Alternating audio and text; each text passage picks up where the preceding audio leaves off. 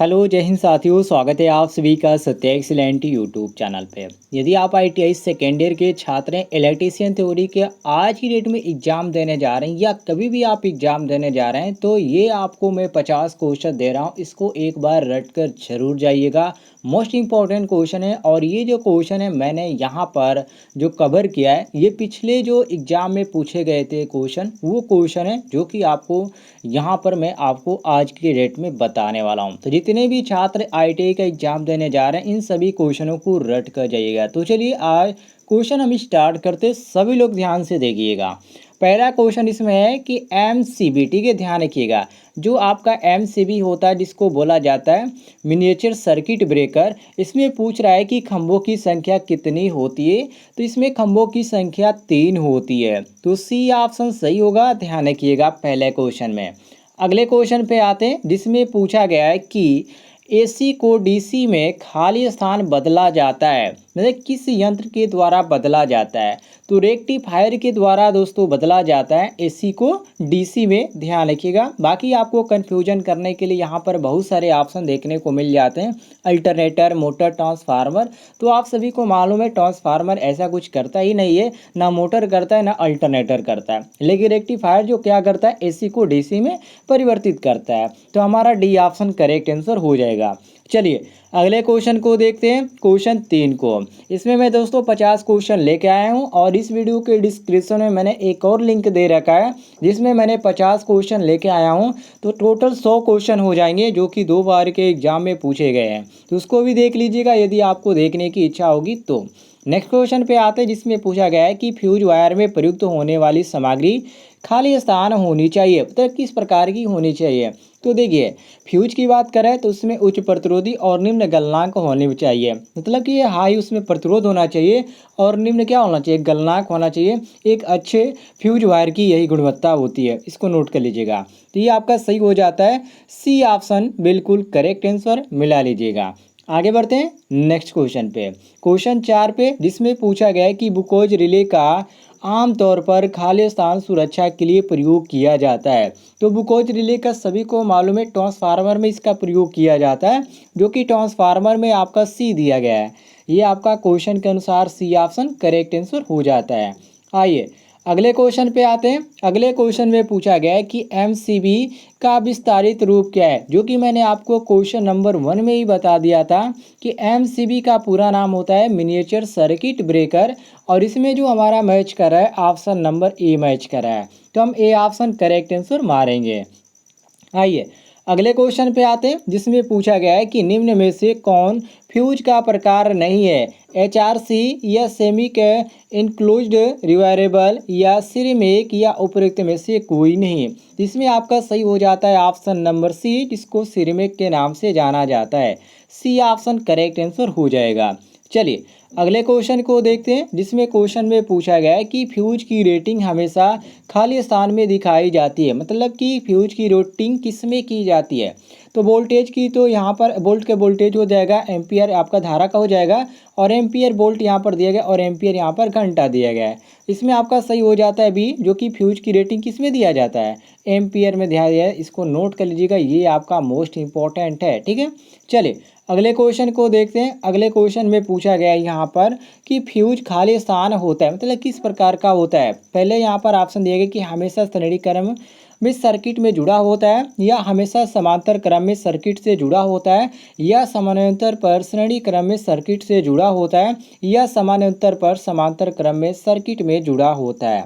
तो दोस्तों यहाँ पर आपका सही हो जाता है ऑप्शन नंबर ए, कि हमेशा श्रेणी क्रम में सर्किट में जुड़ा होता है। ये कौन सी किस चीज़ की हम बात करें, तो वो फ्यूज की बात करें, इसको नोट कर लीजिएगा। आइए अगले क्वेश्चन पे हम आते हैं, क्वेश्चन नंबर 9 पे, जिसमें अगले क्वेश्चन में पूछा गया है कि गीजर के अंदर खाली स्थान होता है। तो गीजर के अंदर क्या होता है दोस्तों, गीजर के अंदर आपका फिलामेंट होता है और इमर्सन रॉड होता है, ये दोनों चीज़ होते हैं। तो ये आपका सही हो जाता है ए और बी, मतलब कि सी ऑप्शन हम करेक्ट मार सकते हैं कि ए और बी दोनों क्या है, सही है, कोई भी कन्फ्यूजन नहीं होना चाहिए। चलिए अगले क्वेश्चन को देखते हैं। अगले क्वेश्चन में यहाँ पर पूछा गया है कि निम्न में से कौन गैर पारंपरिक अक्षय ऊर्जा का स्रोत नहीं है। तो दोस्तों गैर पारंपरिक के अंतर्गत जो आता है नाभिकीय ऊर्जा आता है, यहाँ पर सी ऑप्शन सही हो जाएगा। अगले क्वेश्चन को देखते हैं। अगले क्वेश्चन में पूछा गया है कि तापीय बिजली प्लांट में प्रयुक्त होने वाले कोयले में राख की मात्रा खाली स्थान होती है करीब 5% या करीब 10% या 20% या 0%। तो तापीय बिजली प्लांट में जो इसकी मात्रा होती है दोस्तों वो 20% तक होती है। तो हम सी ऑप्शन करेक्ट आंसर मारेंगे। अगले क्वेश्चन पे हम आते हैं।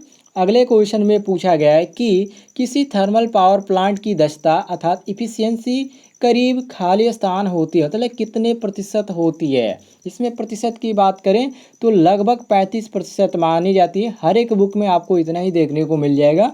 तो ये आपका सही हो जाता है डी ऑप्शन करेक्ट आंसर। आगे बढ़ते हैं।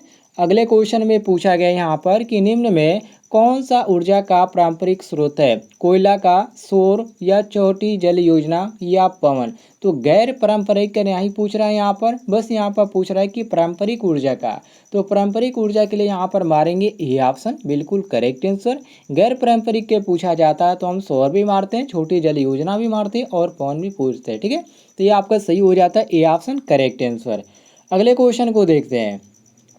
अगले क्वेश्चन में पूछा गया कि निम्न में खाली स्थान में सबसे अधिक ग्रिड स्थापित करने की क्षमता होती है, मतलब किस चीज़ में सबसे अधिक ग्रिड स्थापित करने की क्षमता होती है, सौर में या बायोमास में या पवन में या छोटी जल योजना में। तो साथियों इसमें आपका सही हो जाता है ए ऑप्शन, जिसको हम सौर बोलते हैं। ए ऑप्शन हम करेक्ट मारेंगे। अगले क्वेश्चन को देखते हैं। अगले क्वेश्चन में पूछा गया है यहाँ पर कि निम्न में कौन बायोमास का रूप है। बायोमास के अंतर्गत कौन सा इसमें आता है, तो बायोमास के अंतर्गत आपका विश्व संकुल जो कि इसमें जो सड़ता है उसके अंतर्गत होता है, और फसलों का जो शेष होता है वो भी सड़ता है तो बनता है, और पशु का जो गोबर है वो भी आपका होता है। तो ये बायोमास के अंतर्गत आते हैं। तो हमारा सही हो जाता है डी ऑप्शन करेक्ट आंसर।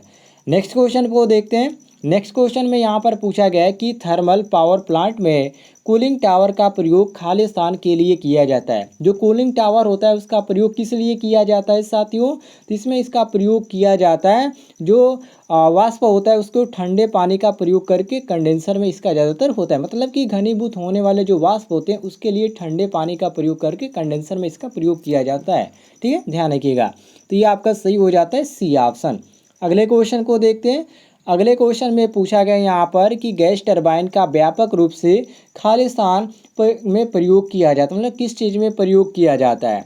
तो साथियों प्रयोग की बात करें तो इसका प्रयोग ज़्यादातर हवाई जहाज़ में किया जाता है। किस में, हवाई जहाज़ में। यहाँ पर बी ऑप्शन करेक्ट आंसर हो जाता है। आइए अगले क्वेश्चन को देखते हैं। अगले क्वेश्चन में पूछा गया कि पन बिजली पावर स्टेशन का खाली स्थान लाभ है, कम संचालन लागत या प्रदूषण की समस्या से मुक्त या ईंधन ढुलाई की कोई समस्या नहीं या उपयुक्त सभी। इसमें आपका सही हो जाता है डी, क्योंकि इसमें जो आपके साथ सभी ऑप्शन दिए गए ये बिल्कुल क्वेश्चन के अनुसार सही दिए गए हैं। तो हम डी ऑप्शन क्वेश्चन के अनुसार करेक्ट आंसर मारेंगे। आइए नेक्स्ट क्वेश्चन को देखते हैं। नेक्स्ट क्वेश्चन में पूछा गया है कि खोई, ठीक है, खोई आप ध्यान रखेंगे गन्ने का जो वहाँ पर भाग जो निकल जाता है रस निकालने के बाद उसी को हम खोई बोलते हैं। इसमें पूछा जा रहा है कि है मतलब किस प्रकार का है, तो यहाँ पर साफ साफ सी ऑप्शन आपको देखने को मिल जाता है कि गन्ने का रेशे वाला भाग जो रस निकालने के बाद बच जाता है उसको खोई बोलते हैं। ठीक है, ये भी बायोमास के अंतर्गत आता है, नोट कर लीजिएगा। नेक्स्ट क्वेश्चन पे आते हैं जिसमें पूछा गया है कि भूतापीय ऊर्जा खाली स्थान है, नवीकरणीय ऊर्जा का स्रोत या वैकल्पिक ऊर्जा का स्रोत या न खत्म होने वाला ऊर्जा का स्रोत, या आपको डी ऑप्शन देखने को मिल जाता है उपयुक्त में से कोई भी। तो इसमें आपका सही हो जाता है साथियों ऑप्शन नंबर डी, जो कि इसमें से हम कोई भी ऑप्शन सही मार सकते, कोई दिक्कत नहीं है, क्योंकि सभी जो आते हैं भूतापीय ऊर्जा के अंतर्गत ही आते हैं। अगले क्वेश्चन पे आते हैं। अगले क्वेश्चन में पूछा गया है यहाँ पर कि नवीकरणीय ऊर्जा का स्रोत का खाली स्थान नुकसान है, इसका नुकसान पूछ रहा है। पहला ऑप्शन दिया गया बैकअप की जरूरत पड़ती है, बी ऑप्शन दिया गया कम ऊर्जा घनत्व से में प्राप्ति होती है, और सी ऑप्शन दिया गया बीच बीच में रुकना, और डी ऑप्शन दिया गया उपयुक्त सभी। तो साथियों इसमें आपका सही हो जाता है ऑप्शन नंबर डी उपयुक्त सभी। इसमें से हम कोई भी ऑप्शन सही मारेंगे यदि परीक्षा में आता है तो बिल्कुल सही होगा, लेकिन इस समय जब हम क्वेश्चन पढ़ रहे हैं इसमें हमारा जो सही हो जाता है ऑप्शन नंबर डी सही हो जाता है कि सभी ऑप्शन क्या है, सही भी है। आगे बढ़ते हैं। अगले क्वेश्चन में यहाँ पर पूछा गया है कि फोटोवोल्टेइक और सौर ऊर्जा रूपांतरण सिस्टम खालिस्तान का प्रयोग करता है, मतलब किस पे प्रयोग करता है, ईंधन सेल पे या सौर सेल पे या सौर तालाब पे या सौर संग्राहक पे। इसमें आपका सही हो जाता है साथियों ऑप्शन नंबर बी, जो कि सौर सेल में। बी ऑप्शन हम करेक्ट आंसर मारेंगे।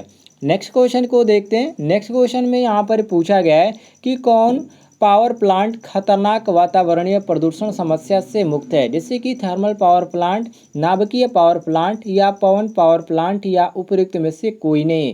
तो साथियों इसमें आपका जो सही हो जाता है ऑप्शन नंबर सी करेक्ट हो जाता है, पवन पावर प्लांट। सी ऑप्शन हम करेक्ट आंसर मारेंगे।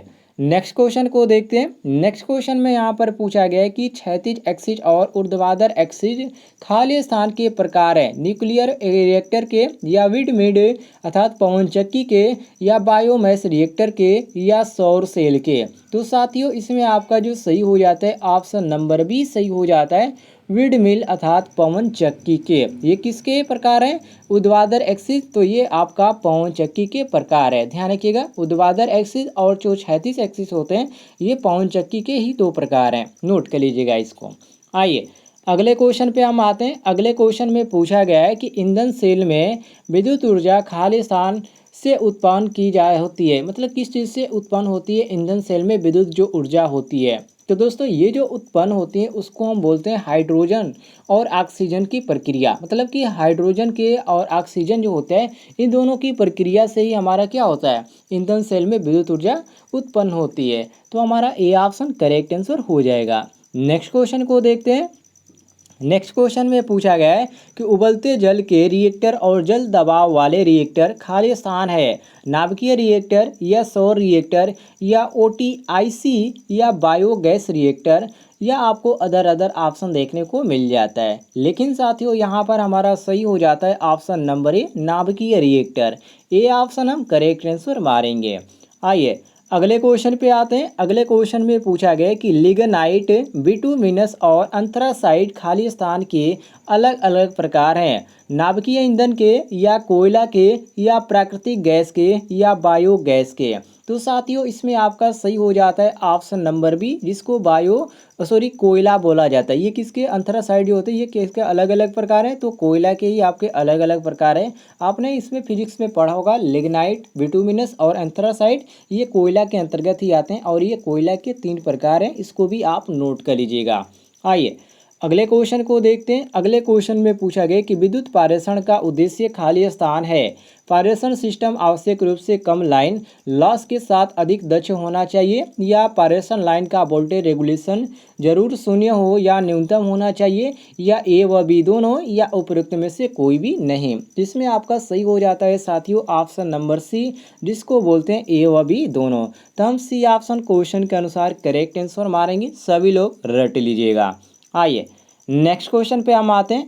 नेक्स्ट क्वेश्चन में पूछा गया है कि उच्च पारेषण वोल्टेज का लाभ खाली स्थान है, पारेषण लाइन की पावर हस्तांतरण करने की क्षमता बढ़ती है, या पारेषण लाइन लॉस में होती है, या क्रॉस सेक्शन का क्षेत्रफल और कंडक्टर का आयतन कम होता है, या उपयुक्त सभी। तो साथियों इसमें आपका सही हो जाता है ऑप्शन नंबर डी कि उपयुक्त सभी, मतलब कि ऊपर जो दिए गए ऑप्शन है ये सभी ऑप्शन आपका क्या है, बिल्कुल सही है, कोई भी दिक्कत नहीं है। तो हम डी ऑप्शन करेक्ट आंसर मारेंगे। चलिए अगले क्वेश्चन पे देखते हैं। अगले क्वेश्चन में पूछा गया है कि निम्न में खाली स्थान सिस्टम से विद्युत पावर का पारेषण होता है, मतलब किससे विद्युत पावर का पारेषण होता है, ओवरहेड सिस्टम से या भूमिगत सिस्टम से, या ए व बी दोनों से, या उपयुक्त में से कोई नहीं। तो साथियों इसमें आपका सही हो जाता है ए व बी, मतलब कि सी ऑप्शन हम करेक्ट मारेंगे कि ए व बी जो ऑप्शन दिए गए हमारा दोनों ऑप्शन सही दिए गए हैं। तो हमारा सी ऑप्शन करेक्ट आंसर हो जाता है। नेक्स्ट क्वेश्चन को देखते हैं। नेक्स्ट क्वेश्चन में पूछा गया है कि निम्न में या निम्न से कौन सी सामग्री का प्रयोग विद्युत पावर के पारेषण और वितरण में नहीं होती है, तांबा या एल्युमिनियम या ए व बी दोनों, या टंगस्टन। तो साथियों इसमें आपका सही हो जाता है ऑप्शन नंबर डी, जिसको टंगस्टन के नाम से जाना जाता है। डी ऑप्शन हम करेक्ट आंसर मारेंगे। आगे बढ़ते हैं। अगले क्वेश्चन में पूछा गया है कि भारत में ऑपरेटिंग फ्रीक्वेंसी अर्थात एसी जो होती है वो कितने पे प्रचलित होती है, 0 हर्ट्ज पे या 50 पे या 60 पे या 100 पे। तो आपने क्वेश्चन सॉल्व किया होगा, ठीक है, बहुत सारे क्वेश्चन आपने सॉल्व किया होगा। तो आप देखे होंगे जो भारत में ऑपरेटिंग जो फ्रीक्वेंसी है दोस्तों वो 50 है। कितना है? 50 हर्ट्ज। ये प्रथम 50 पे ही चलता है। तो ये आपका सही हो जाता है, बी ऑप्शन बिल्कुल करेक्ट आंसर, नोट कर लीजिएगा। नेक्स्ट क्वेश्चन पे आते हैं। नेक्स्ट क्वेश्चन में पूछा गया है कि आवासीय उपभोक्ताओं के सिंगल फेज का वोल्टेज खालिस्तान होता है 110 वोल्ट या 210 वोल्ट या 230 वोल्ट या 400 वोल्ट। तो इसमें आपका सही हो जाता है साथियों ऑप्शन नंबर बी, जिसको हम बोलते हैं 210 वोल्ट। बी ऑप्शन हम करेक्ट आंसर मारेंगे।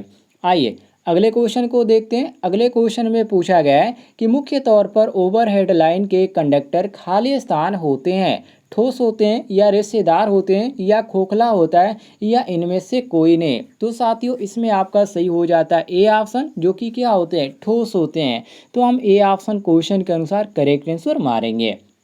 आइए अगले क्वेश्चन को देखते हैं। अगले क्वेश्चन में पूछा गया कि पारेषण लाइनों के तारों के इंसुलेटर मुख्य तौर पर खालिस्तान के बने होते हैं, मतलब किस चीज़ के बने होते हैं? ग्लास के या पोर्सेलेन के या आयरन के या पीवीसी के। तो ये जो बनाए जाते हैं साथियों किसके बनाए जाते हैं? तो पीवीसी अर्थात पॉलीविनाइल क्लोराइड के बनाए जाते हैं। तो इसमें आपका जो सही हो जाता है डी ऑप्शन करेक्ट आंसर हो जाता है, ठीक है, नोट कर लीजिएगा।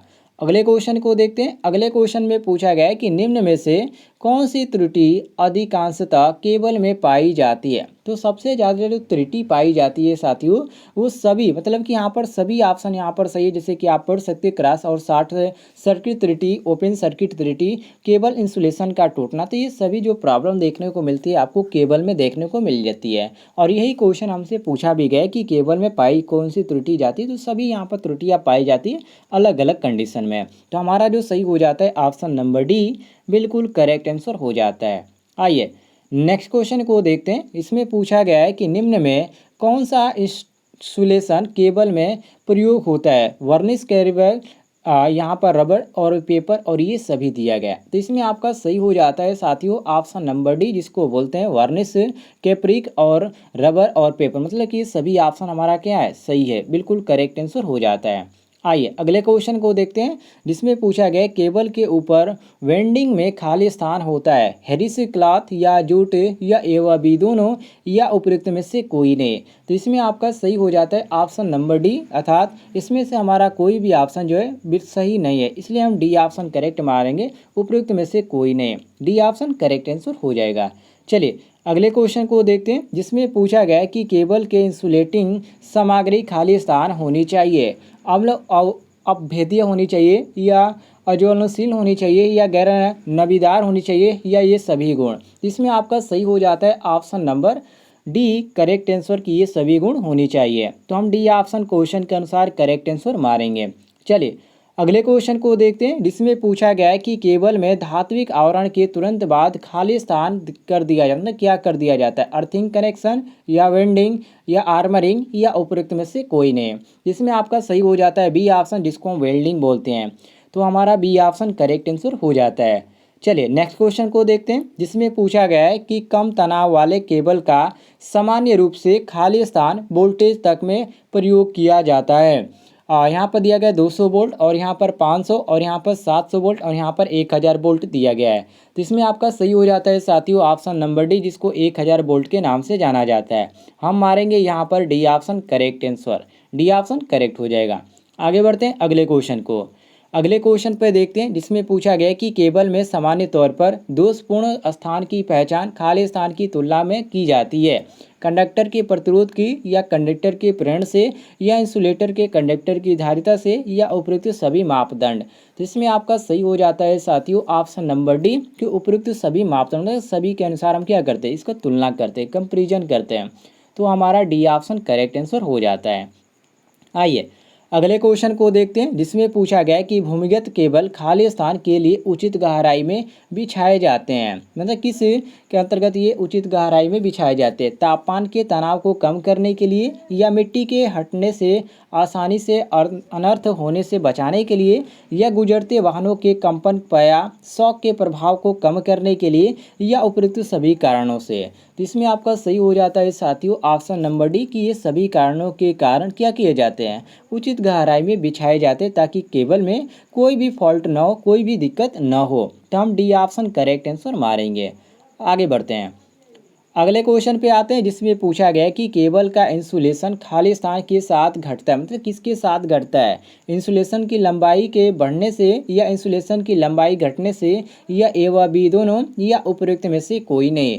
तो इसमें आपका सही हो जाता है ऑप्शन नंबर सी, अर्थात ए व बी दोनों के अंतर्गत क्या होता है, घटता और बढ़ता है, ध्यान रखिएगा। ठीक है, तो ये आपका सही हो जाता है C option correct answer. Note कर लीजिएगा सभी लोग। चलिए अगले क्वेश्चन को देखते हैं, जिसमें पूछा गया है कि केबल में आवरण का प्रयोग खाली स्थान के लिए होता है। मतलब किस चीज़ के लिए होता है? केबल में नमी घुसने से बचाने के लिए, या काफ़ी शक्ति देने के लिए, या उपयुक्त इंसुलेशन देने के लिए, या उपयुक्त में से कोई नहीं। इसमें आपका सही हो जाता है साथियों ऑप्शन नंबर बी कि काफ़ी शक्ति देने के लिए। तो हम बी ऑप्शन क्वेश्चन के अनुसार करेक्ट आंसर मारेंगे। नेक्स्ट क्वेश्चन को देखते हैं, जिसमें पूछा गया है कि सामान्य तौर पर पिन टाइप इंसुलेटर का प्रयोग खाली स्थान वोल्टेज से अधिक के लिए नहीं किया जाता है। 1 kV या 11 kV या 22 kV या 33 kV इंसुलेटर, पिन इंसुलेटर की बात किया जा रहा है।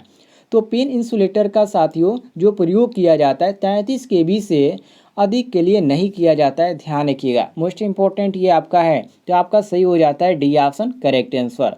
आगे बढ़ते हैं अगले क्वेश्चन पे।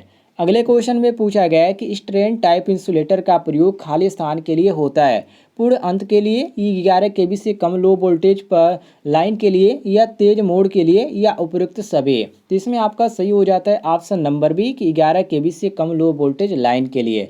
बी ऑप्शन करेक्ट आंसर हो जाता है, अर्थात हम कह सकते हैं कि स्ट्रेन लाइट टाइप इंसुलेटर का जो प्रयोग होता है 11 kV से कम लो वोल्टेज लाइन के लिए किया जाता है या होता है। B option correct answer.